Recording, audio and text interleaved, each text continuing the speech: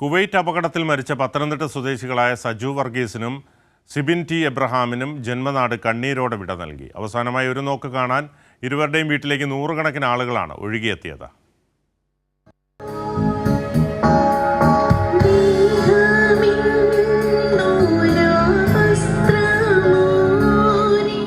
ഈ മാസം 20-ന് കുവൈറ്റിൽ നിന്നും നാട്ടിലേക്കെത്താൻ ഇരിക്കെയാണ് സജു വർഗീസിന്റെ അപ്രതീക്ഷിത വിടവാങ്ങൽ.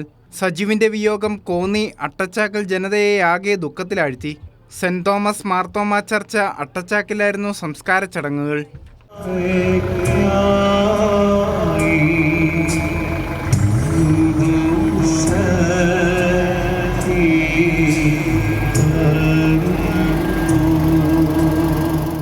അമ്മയുടെ വിയോഗം സൃഷ്ടിച്ച ആഘാതത്തിൽ നിന്ന് മുക്തരാകുന്നതിന് മുമ്പാണ് സിബിൻ എബ്രഹാമിന്റെയും വിടവാങ്ങൽ.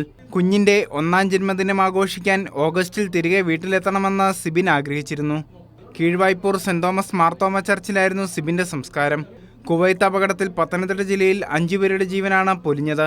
മരണമടഞ്ഞവരുടെ സംസ്കാര ചടങ്ങുകൾ പൂർത്തിയായെങ്കിലും ജില്ലയ്ക്ക് തീരാനോവായി കുവൈത്ത് അപകടത്തിന്റെ ഓർമ്മകൾ അവശേഷിക്കും.